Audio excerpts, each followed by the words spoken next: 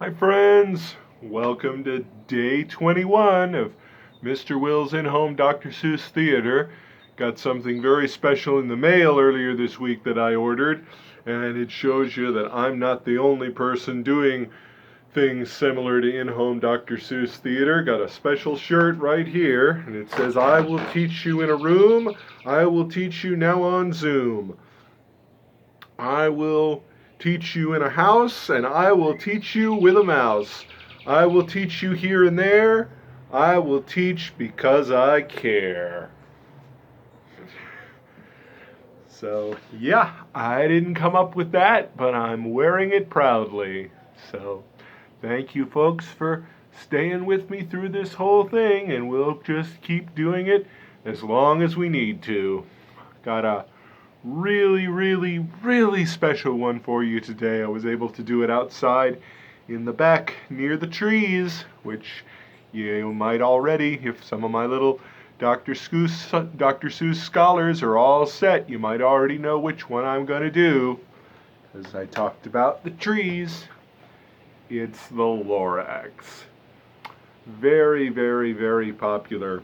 It was first published in, let's see, 1971, and then the first Earth Day was in 1970. So this came along at an excellent time and has remained popular ever since. So this is a longer one, friends. So settle in, get you maybe a nice snack or something, and so glad that you're here with me today. The Lorax.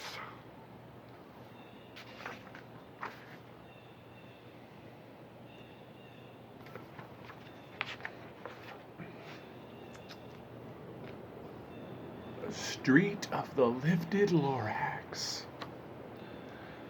At the far end of town where the gricklegrass grows, and the wind smells slow and sour when it blows, and no birds ever sing excepting old crows, is the Street of the Lifted Lorax.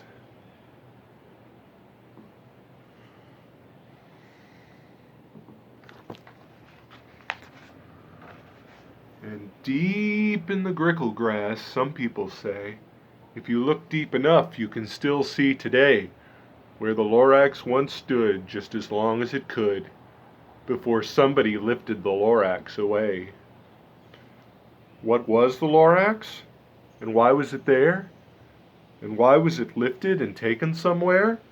From the far end of town where the gricklegrass grows? The old Onceler still lives there. Ask him. He knows.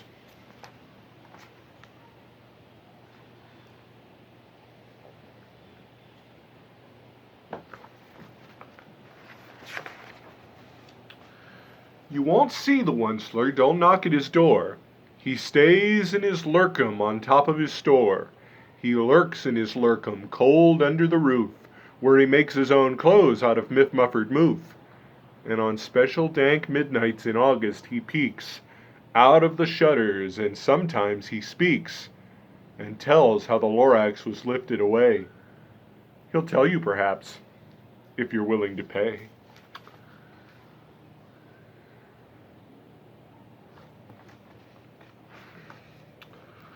On the end of a rope he lets down a tin pail, and you have to toss in 15 cents and a nail, and the shell of a great-great-great-grandfather snail.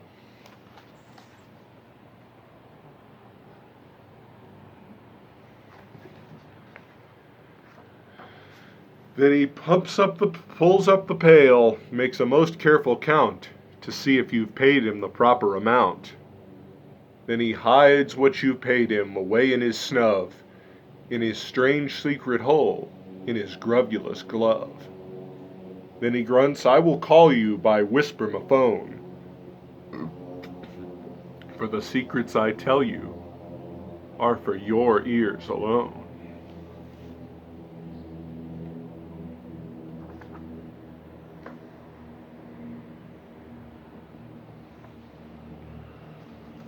Slop. Down slups the whisper-ma-phone to your ear, and the old Onceler's whispers are not very clear, since they have to come down through a snurgly hose, and he sounds as if he had smallish bees up his nose. Now I'll tell you, he says, with his teeth sounding gray, how the Lorax got lifted and taken away. It all started way back, such a long, long time back.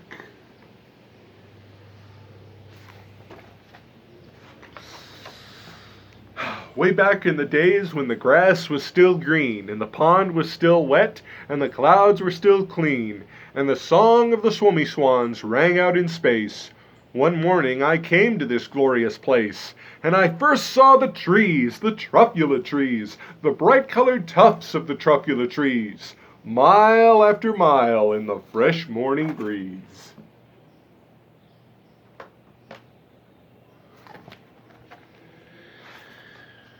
And under the trees I saw brown barbaloots, frisking about in their barbaloot suits, as they played in the shade and ate truffula fruits. From the ripulous pond came the comfortable sound of the humming fish humming while splashing around.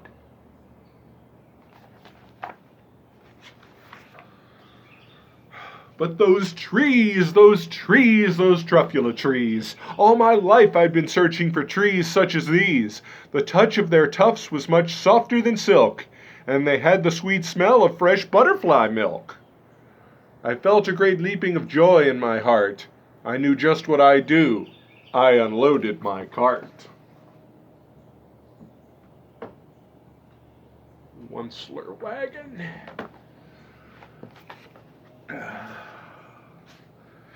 In no time at all, I had built a small shop.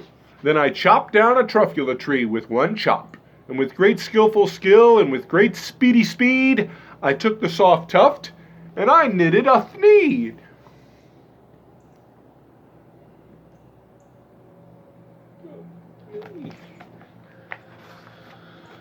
The instant I'd finished, I heard a gazump. I looked. I saw something pop out of the stump of the tree I'd chopped down. It was sort of a man. Describe him? That's hard. I don't know if I can. He was shortish and oldish and brownish and mossy, and he spoke with a voice that was sharpish and bossy.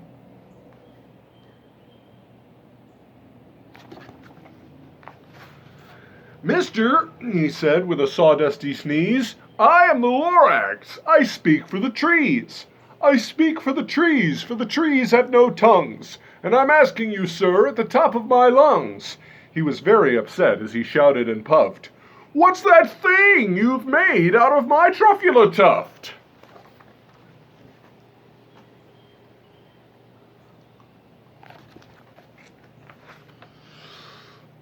Look, Lorax, I said, there's no cause for alarm. I chopped just one tree. I am doing no harm. I'm being quite useful. This thing is a thneed. A thneed's a fine something that all people need.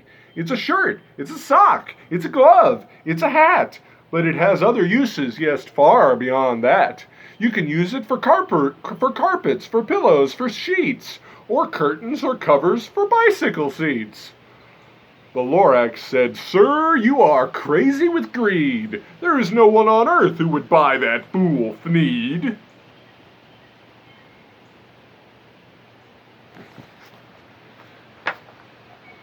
But the very next minute I proved he was wrong. For just at that minute a chap came along, and he thought that the thneed I had knitted was great. He happily bought it for $3.98. I laughed at the Lorax, you poor silly guy. You never can tell what some people will buy.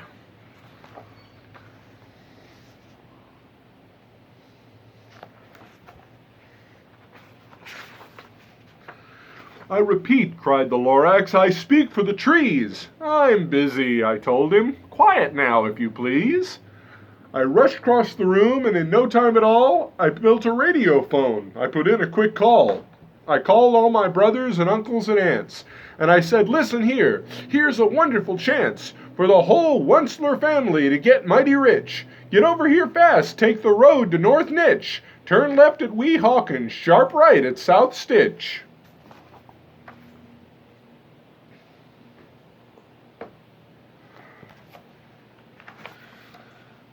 and in no time at all in the factory I built, the whole Onceler family was working full tilt. We were all knitting needs, just as busy as bees, to the sound of the chopping of truffula trees.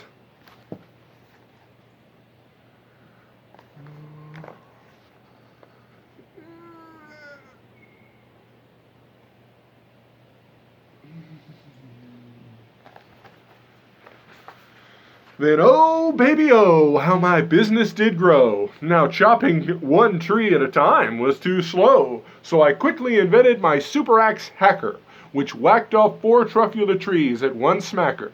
We were making thneeds 4 times as fast as before. And that Lorax, he didn't show up anymore.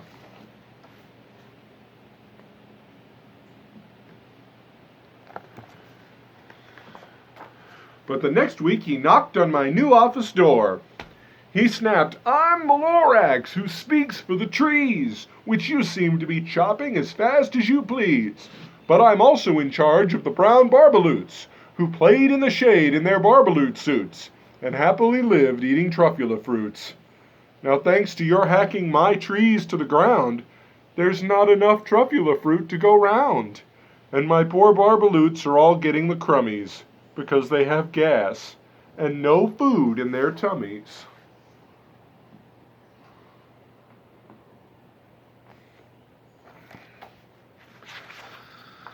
They loved living here, but I can't let them stay.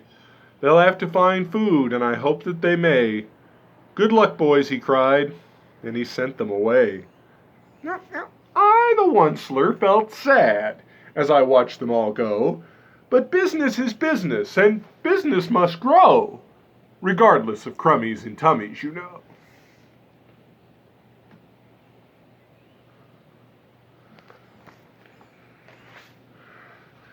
I meant no harm. I most truly did not.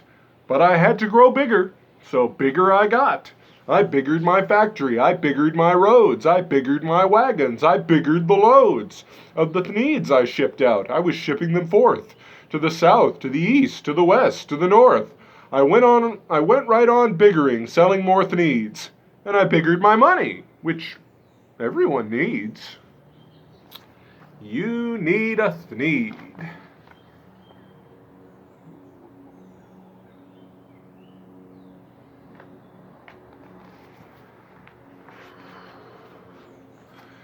Then again he came back. I was fixing some pipes, and that old nuisance Lorax came back with more gripes. "I am the Lorax!" He coughed, and he whiffed, he sneezed, and he snuffled, he snargled, he sniffed. "Onceler!" he cried with a crupulous croak. "Onceler, you're making such smogulous smoke! My poor swummy swans, why they can't sing a note! No one can sing who has smog in his throat."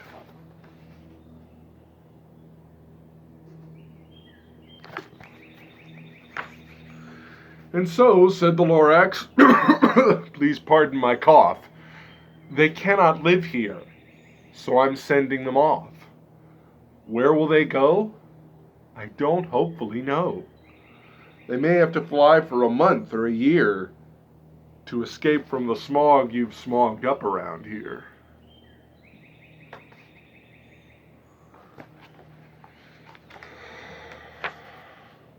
"What's more," snapped the Lorax, his dander was up, "let me say a few words about gluppity-glup. Your machinery chugs on day and night without stop, making gluppity-glup. Also schloppity-schlop. And what do you do with this leftover goo? I'll show you, you silly old Onceler man, you."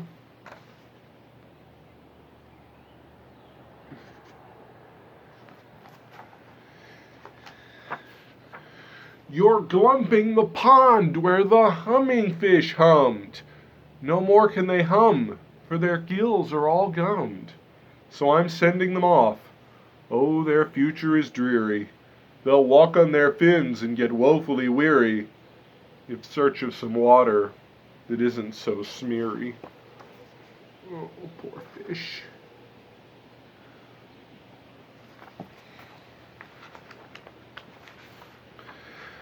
And then I got mad. I got terribly mad. I yelled at the Lorax, "Now listen here, Dad. All you do is yap yap and say bad, bad, bad, bad.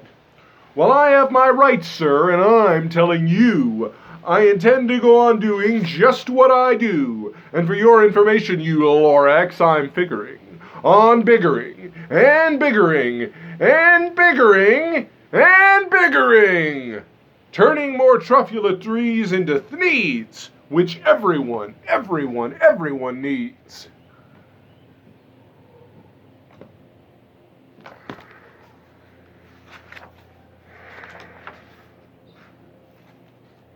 And at that very moment, we heard a loud whack. From outside in the fields came a sickening smack of an axe on a tree. Then we heard the tree fall. The very last truffula tree of them all.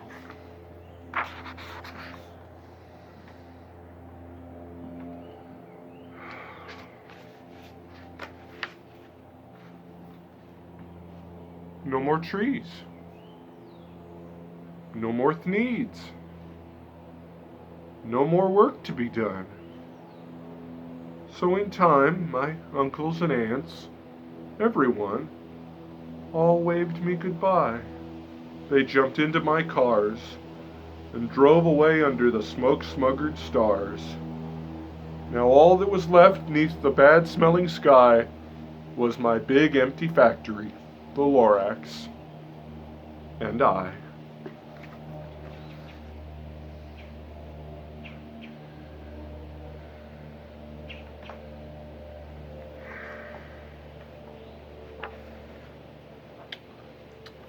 The Lorax said nothing, just gave me a glance, just gave me a very sad backward glance.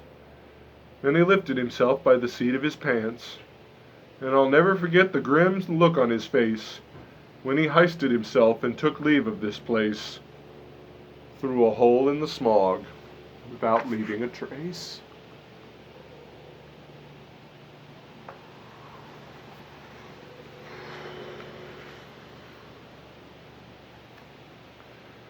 And all that the Lorax left here in this mess was a small pile of rocks with the one word, unless. Whatever that meant, well, I just couldn't guess. That was long, long ago, but each day since that day, I've sat here and worried away. Through the years, while my buildings have fallen apart, I've worried about it with all of my heart.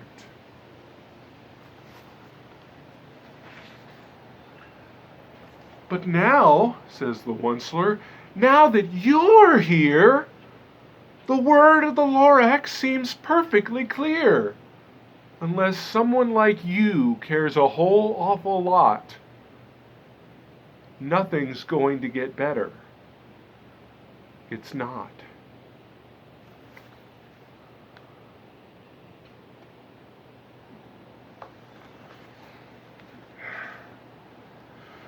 So catch, calls the Onceler.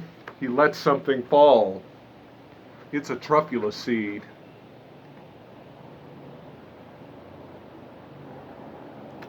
It's the last one of all. You're in charge of the last of the truffula seeds. And truffula trees are what everyone needs. Plant a new truffula. Treat it with care. Give it clean water. And feed it fresh air.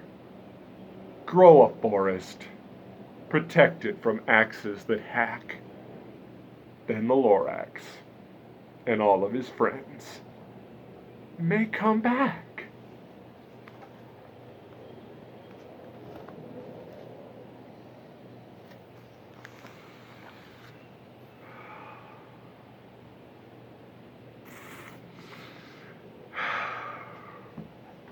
Nothing quite like the Lorax, friends. And what a great message. Take care of these trees. We need them more than you know. Thanks, friends. I'll see you next time.